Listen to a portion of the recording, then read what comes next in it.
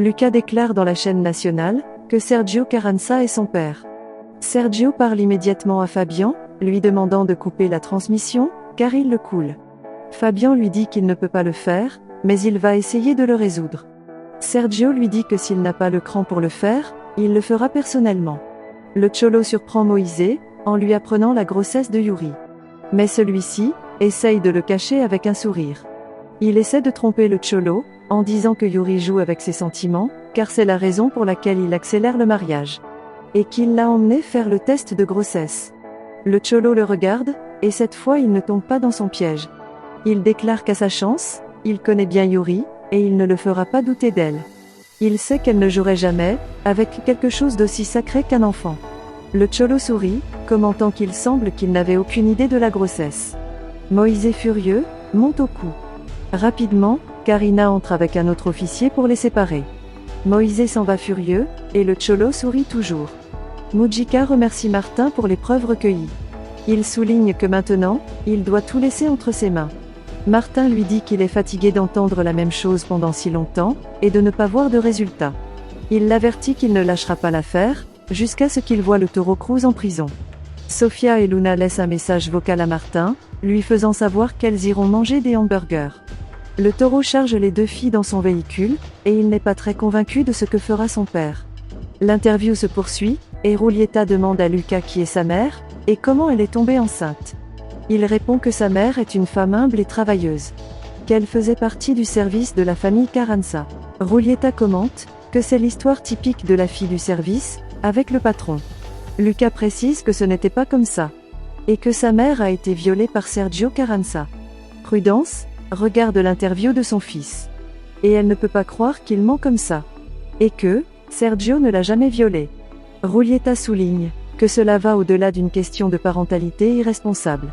Qu'il s'agit de la violence sexiste, de l'abus d'une femme sans défense.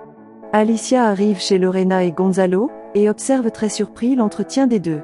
L'interview se termine, Rulieta déclare que ceci est le vrai visage de Sergio Carranza, et qu'il était de son devoir de dire la vérité, bien que son partenaire ait essayé de la faire taire. Ils sont sortis des ondes, et Sergio est venu crier des jurons à Rulieta et Luca. Pour brouiller les mensonges fous, il prévient qu'ils auront affaire avec son avocat, qu'il envisage de les poursuivre tous les deux pour l'avoir calomnié. Luca décide de s'enfuir, soulignant qu'il parle à un avocat. Sergio dit à Rulieta qu'il l'aura coulé mais il l'entraînera avec lui en enfer.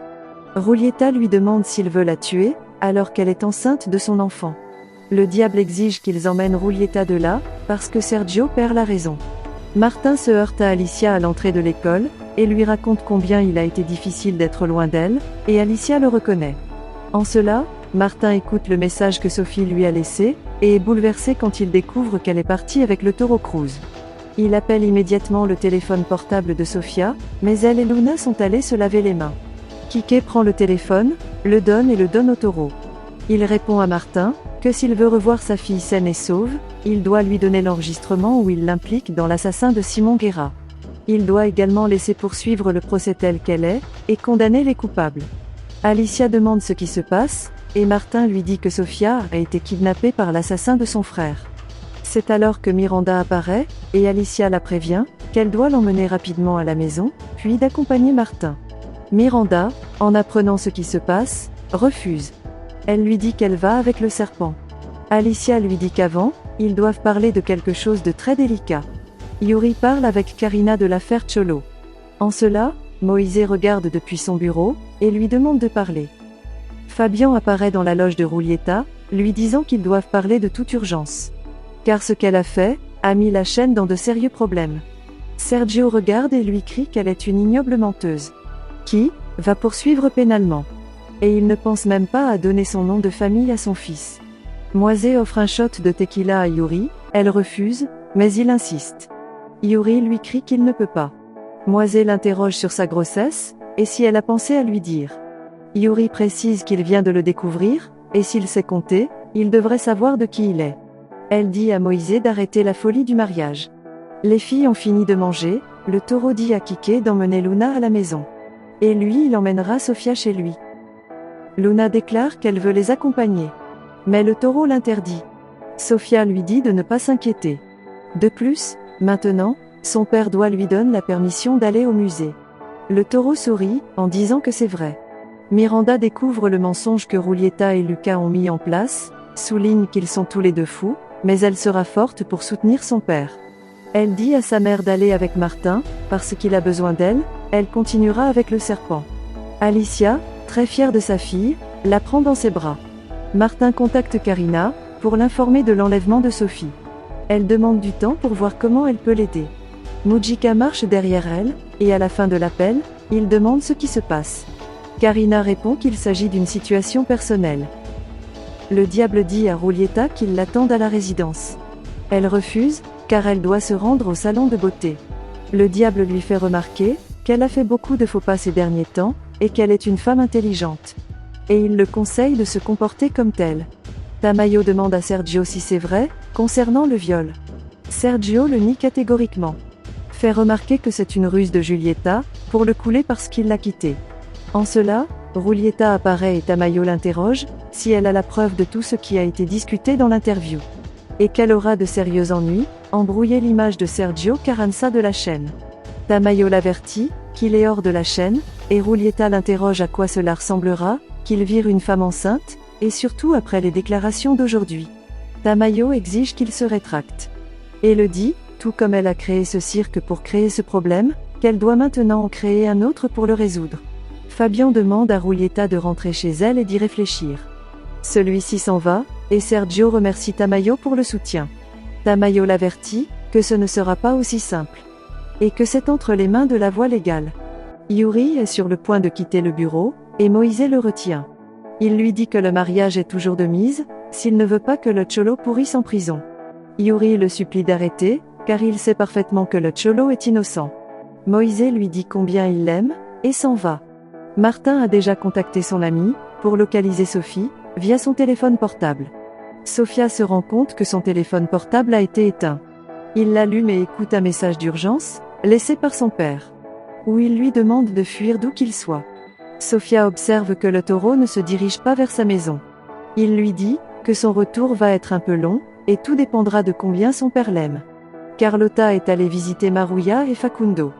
En cela, il reçoit l'appel de Martin, l'avertissant de l'enlèvement de Sophie. Paco va rendre visite à Fedora, sa marraine. Il se plaint de ne pas lui avoir dit ce qui se passait avec sa mère. Fedora précise qu'il ne lui appartenait pas, et que c'était son père. Paco le comprend, mais la situation le rend triste. Mabé rend visite à Rulieta pour la réprimander. Et non seulement elle s'est retrouvée avec Sergio, mais aussi avec elle-même. Elle la conseille de se rétracter, pour voir s'il peut se sauver ne serait-ce qu'un peu. Parce qu'aux yeux du monde entier, elle ressemblait à une femme enceinte et rancunière, qui a faussement accusé Sergio Carranza de viol. Que cela lui causera des ennuis judiciaires.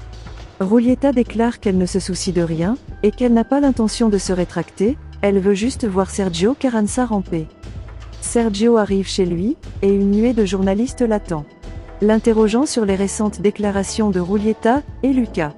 Sergio leur explique que dénoncer des fonctionnaires corrompus a un prix, et qu'il voulait juste piétiner son prestige. Il commente qu'il est dommage, que sa partenaire Rulieta Lugo ait déjà accepté cela. Mais il envisage de faire une déclaration officielle, avec des preuves convaincantes que tout est une farce. Martin demande à Alicia, où est la maison du taureau, et réalise que c'est là que vivent Luna et sa mère. Alicia lui dit qu'il n'est pas sage de se présenter comme ça, que cet homme est si dangereux. Martin dit qu'il le sait, mais il cherche désespérément sa fille. Sofia a été enfermée par le taureau, dans une maison abandonnée. Martin et Alicia parlent à Marcella, pour expliquer la situation de l'enlèvement. Luna et Kike arrivent, il dit que Sophie est sur le chemin du retour. Marcella assure à Martin, qu'il doit y avoir un malentendu. En cela, Martin reçoit un appel du téléphone de Sofia. Il pleure, il demande de l'aide et le taureau le presse de livrer ce qu'il a demandé. Sergio parle avec ses enfants des événements récents. Yuri et Gonzalo lui demandent si c'est vrai ce dont on l'accuse. Il le nie, et Miranda lui assure qu'elle le croit. Gonzalo lui reproche de n'avoir jamais valorisé sa mère, et Sergio l'avoue. Yuri rétorque que l'important maintenant est de déposer une plainte pour diffamation. Sergio lui dit que demain c'est leur mariage, et qu'ils doivent trouver un endroit très privé pour ne pas être dérangés par la presse. Yuri lui demande de ne pas s'en soucier, car c'est la chose la moins importante. Madame Eva remet en question Fedora, alors qu'elle ose continuer à parcourir le monde, comme si elle n'avait rien fait d'autre que mentir, et la retourner contre sa fille. Fedora souligne qu'elle a déjà perdu la raison, et lui demande de quitter la négociation, de reconnaître ses actions pour le pardon comme elle l'a fait. Madame Eva lui dit qu'il semble qu'il va suivre les conseils d'une femme de son acabit, mais maintenant il la regarde avec pitié, et quitte le jardin avec Rebecca et Paco. Sergio les regarde le détruire sur les réseaux sociaux. Fabian lui parle et pleure amèrement. Miranda reçoit l'appel de Nicole, qui est accompagnée de Vanessa. Nicole lui demande de se retrouver, demain après l'école pour s'excuser, pour tous les dégâts qu'il a causés à Miranda. Cela lui semble étrange mais elle accepte. Elle raccroche, et Nicole dit à Vanessa que Miranda est trop stupide, et demain elle découvrira qui elle est vraiment. Karina dit à Mujica que le taureau a kidnappé la fille de Martin Guerra. Alicia demande à Marcella de convaincre le taureau de ramener Sofia. Marcella répond que le taureau est envoyé seul et que ni elle ni ses enfants ne sont impliqués dans ses actes. Martin décide de quitter les lieux, et Alicia demande ce qu'il va faire. Il répond que ça va lui plaire. Le taureau reçoit un appel de Mujica, indiquant qu'il a eu de sérieux ennuis en kidnappant un mineur. Le taureau l'avertit qu'il n'a pas l'intention de retourner en prison, et lui suggère de regarder et d'apprendre, car lui seul résoudra tout. Rulieta appelle Mabé, parce que ça prend beaucoup de temps pour aller chercher le vin, et on frappe à la porte. Rulieta pense que c'est son ami, mais c'est Sergio, et Rulieta craint pour son intégrité. Martin prépare les informations que le taureau va lui donner. En cela, il frappe à la porte et il s'agit de son père et de Carlotta, qui est surpris de voir Alicia. Carlotta et son père demandent à Martin ce qu'il sait de Sofia. Puis il reçoit un appel du taureau, lui disant que sa fille allait bien, jusqu'à ce qu'elle ait l'idée d'appeler la police. Martin jure qu'il ne l'a pas fait, et le supplie de quitter sa fille. Le taureau lui demande de ne pas s'inquiéter, car il prépare un nouveau matériel, à garder à côté de celui de son frère. Le taureau place un oreiller près de la tête de Sofia, et pointe son arme sur elle. Martin, à côté de la ligne, entend la détonation.